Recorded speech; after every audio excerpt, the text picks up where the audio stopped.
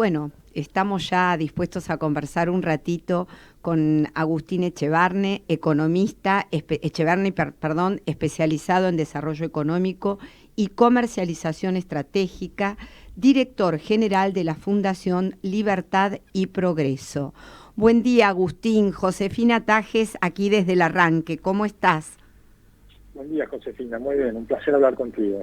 Un placer para nosotros también que nos atiendas como cada mañana, que te estamos de alguna manera pidiendo que nos hagas mirar un poquito qué nos está pasando con esta realidad económica e inflacionaria de nuestro país.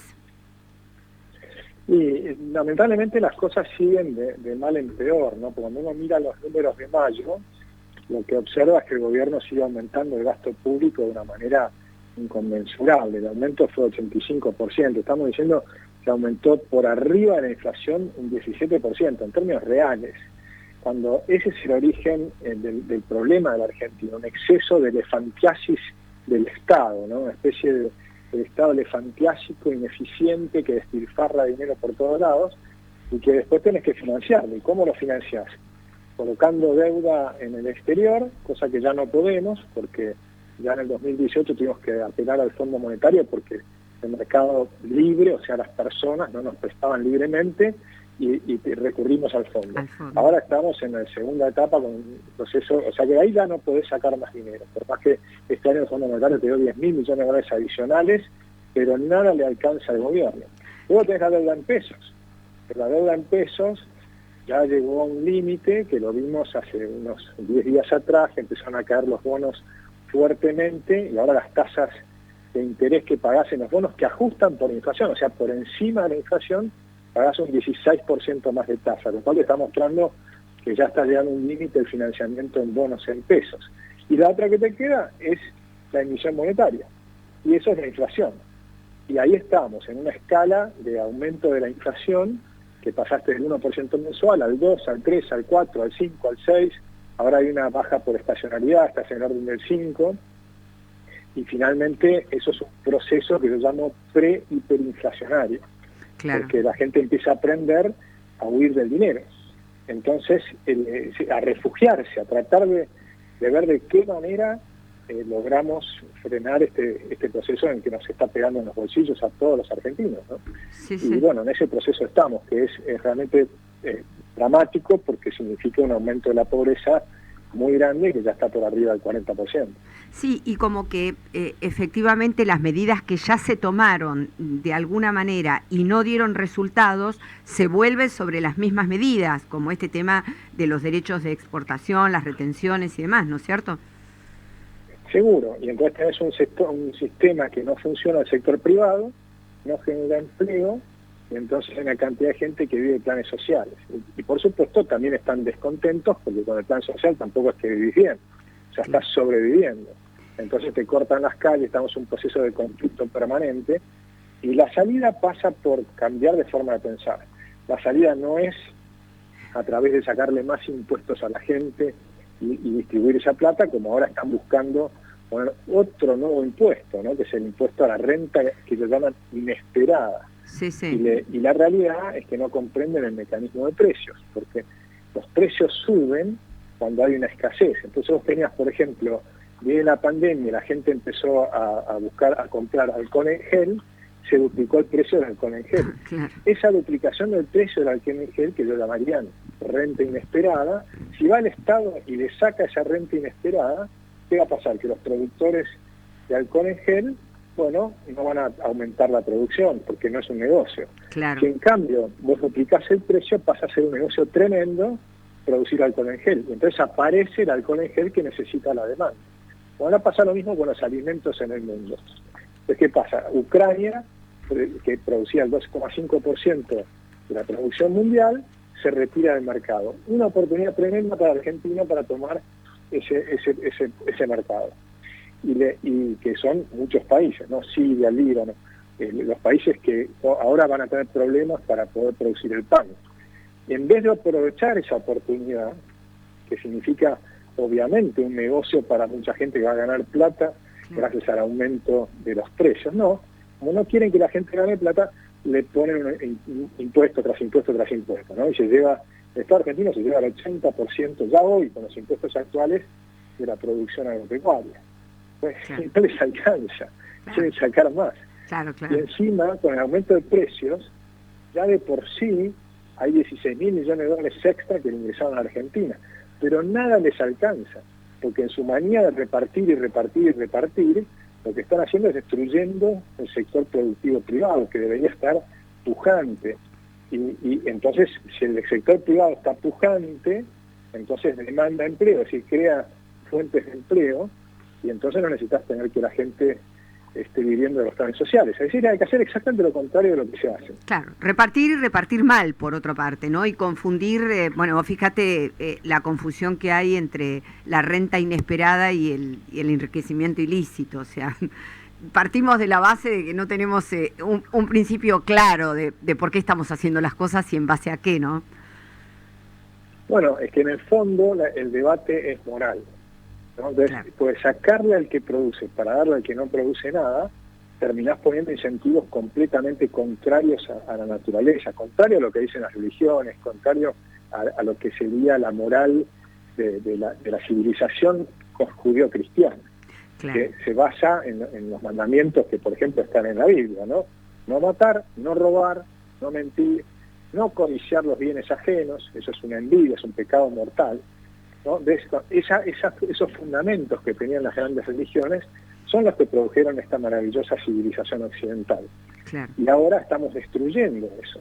Fomentamos la envidia, hablamos permanentemente de la desigualdad, y en realidad la desigualdad no es un problema. El problema es la pobreza. Es una cosa completamente distinta. A mí no me importa que Jeff Bezos sea multimillonario. Me parece fantástico que Jeff Bezos sea multimillonario. Si le sacamos toda la fortuna a Jeff Bezos, el mundo va a estar peor, no va a estar mejor. La administra mucho mejor Jeff Bezos que los políticos. Sacarle la plata a Jeff Bezos y se la das a los políticos. ¿Vos crees que el mundo va a estar mejor?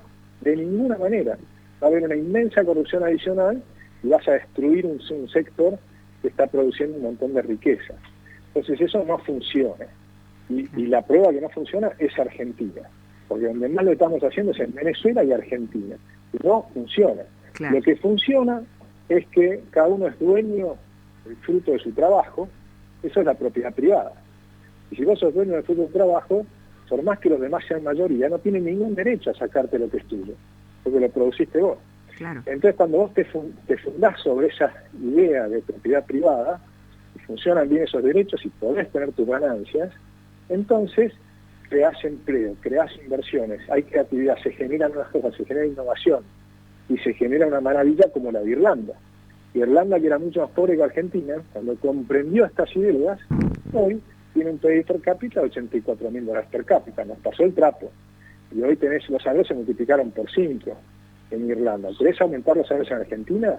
Tenemos que comprender que hay que dejar de combatir al 10% que más tiene, y al contrario, hay que bajar los impuestos, atraer inversiones, atraer empresas nuevas, y eso va a hacer crecer la demanda de empleo privado, que es lo que necesita desesperadamente la Argentina. Claro, contrariamente a la propuesta de volver a intentar estatizar el conglomerado industrial de productos primarios, ¿no? Volver sobre el tema de Vicentín, por ejemplo.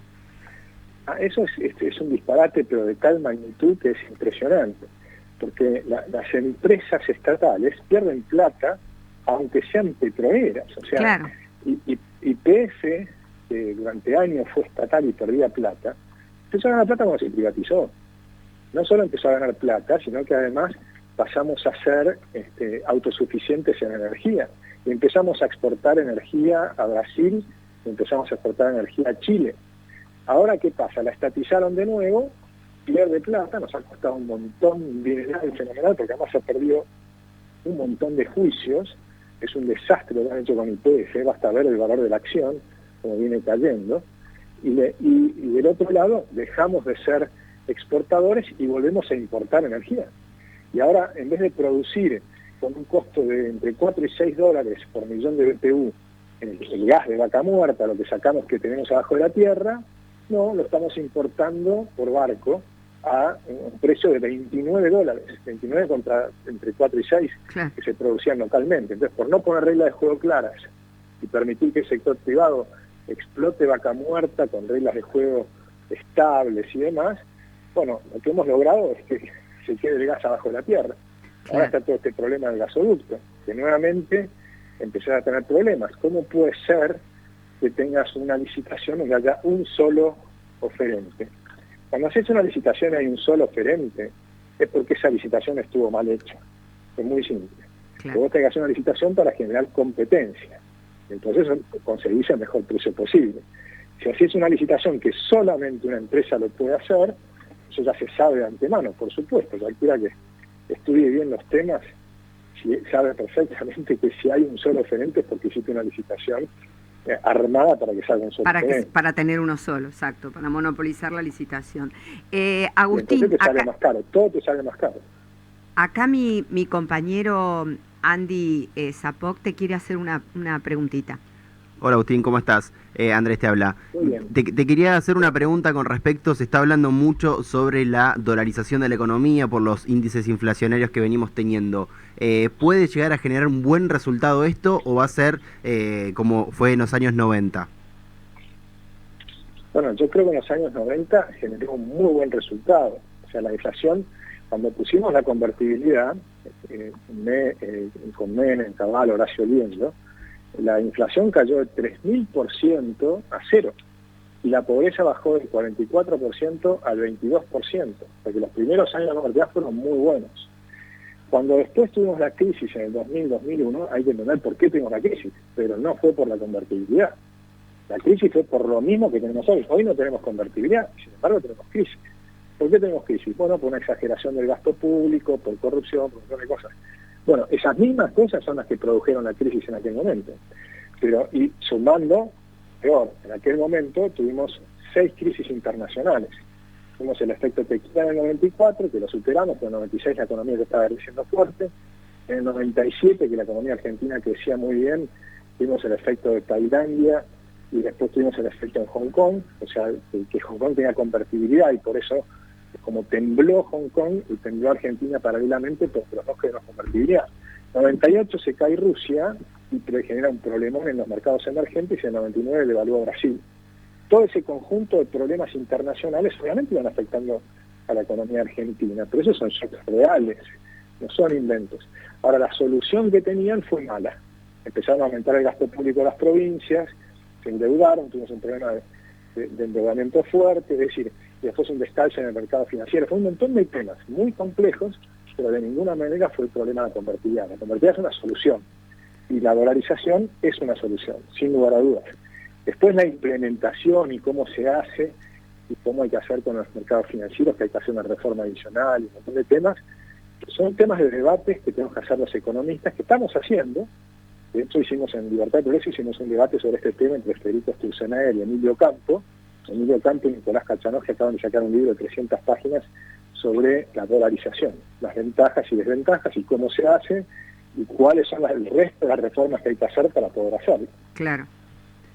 Bien. Es un tema complejo, sí, pero es positivo. Sí, es tener moneda sana, es fundamental. O sea, es dejar de robar a los asalariados. Claro. Bien, y si hablamos de dolarización, uno de los que primero, por así decirlo, tiró la piedra sobre dolarizar la economía argentina fue Javier Milei. Mi pregunta es, ¿cómo lo ves para el 2023, sabiendo que tuvo unos traspiés, si se quiere, con lo que fue este evento que hizo en Gerli y también una gran pelea que tuvo con Carlos Malatón y las encuestas no son positivas? Más allá de todo eso, ¿vos cómo lo ves de cara al 2023?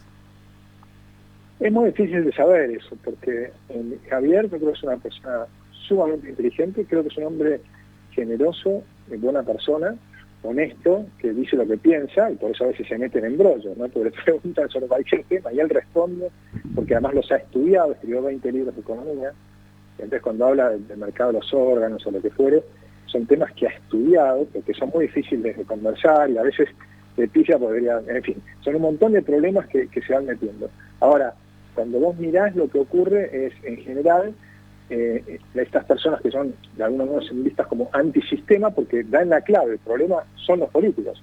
Ahora, la pregunta es cómo lo tienen que reformar, y es adentro de la política, porque no hay otra manera. Entonces se mete en política y ahí empieza a haber un poco una contradicción, una tensión, digamos. Eso es normal. Cuando vos miras a América Latina, desde distintos ángulos, porque incluso pasa también desde la izquierda, que tenés el caso de Boric, el caso en Chile, tenés el caso de Castillo en Perú, o lo que fue Bolsonaro desde el otro lado en Brasil, le han ganado a los partidos. O sea que esa posibilidad existe. Yo no sé qué va a pasar. Lo que sí tengo claro es que las ideas de Javier creo que están por el lado correcto de cómo viene la cosa. El problema que tiene es el armado político.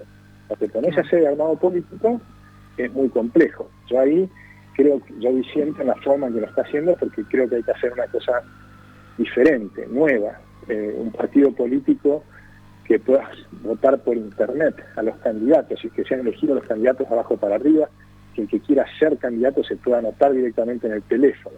Es decir, me gustaría hacer, yo le he propuesto a Javier, de hecho, hacer una aplicación que sea hackear a la clase política. Hackearla en el sentido de abrir las puertas a la gente y darle el control a las personas. Porque hoy con la lista sábana han inventado un sistema que se controla todo de arriba para abajo. La política se financia de arriba para abajo, la política se elige de arriba para abajo, se eligen a todos los miembros de la lista sábana, y por eso Javier tiene razón cuando habla de casta. Romper esa casta es cambiar el sistema, o eliminar la lista sábana, cosa que venimos luchando hace 20 años, pero no había orden, o hacer esto, que es una aplicación en un teléfono que permita a un partido nuevo romper con la lista sábana y que esos candidatos sean elegidos persona por persona de abajo hacia arriba. Claro. Te saco un poquito del tema y abusando de tu tiempo te hago una última pregunta, Agustín. A ver, ¿cómo estás viendo vos el canje que anunció ayer Guzmán en relación al vencimiento digamos, que tenemos en los próximos días, ¿no? ¿Cómo estás viendo que le van a responder los mercados? Y vamos a ver, claramente hay un problema, porque te vencen ahora 500.000 millones la semana que viene de pesos, después en septiembre tenemos otro vencimiento de 800.000 millones de pesos. Pero ¿qué es lo que está pasando? Que es una bola de nieve. Después eso lo puedes ir tirando para adelante. Lo malo, todo lo que trata de hacer es patear esta bola de nieve que va creciendo cada vez más rápido para tirársela al próximo gobierno. Claro. Pero eso no es ninguna solución. Eso simplemente es patear la bola de nieve agrandándola hacia adelante. Y eso es lo que viene haciendo con todo Guzmán, porque lo mismo hizo con la deuda externa. La pateó para el próximo gobierno. Y la pateó sin pagar ni siquiera los intereses, en buena medida, con lo cual no solo agranda los vencimientos, sino que agranda con los intereses. Y encima aumenta el gasto público. O sea, que arriba de lo que es el aumento de la inflación, que es grosera. O sea, lo que están armando es una bomba, pero gigantesca, para el próximo gobierno.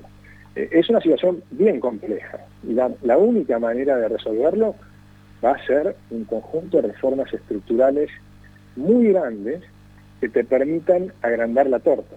Claro. O sea, si cualquiera sea el gobierno, no tiene una idea clara de que vos no tenés que conseguir generar 4 millones de empleos privados en los próximos 5 años, que es, por ejemplo, lo que está haciendo Brasil. Brasil aumentó 5,5 millones de empleos nuevos privados en los últimos 2 años. ¿Sí? Entonces claro, hay que ir a un mecanismo, pero ese mecanismo nunca puede ser poner impuestos a las empresas que ya están con impuestos absolutamente exagerados. Hay que hacer lo contrario, hay que sacarle impuestos a las empresas, sacar las regulaciones, flexibilizar el mercado laboral. Hay que cambiar, hay que hacer un conjunto de reformas enorme en Argentina, que no son reformas para complicar la situación, tienen que ser reformas para liberar al sector privado. Claro. Eso sí, el sector público va a tener que tener sueldos inferiores al sector privado durante 30 años. Claro, un horizonte que no se está viendo, al menos en este gobierno. Agustín, una vez más, muchísimas gracias por estar siempre que te convocamos desde el arranque y Radio Sónica. Un abrazo grande y bueno, lo mejor para esta semana para vos también. Un placer, un gustazo hablar con ustedes. Un abrazo grande. Muchas gracias, Agustín. Bueno, fue Agustín Echevarne charlando en la mañana del arranque.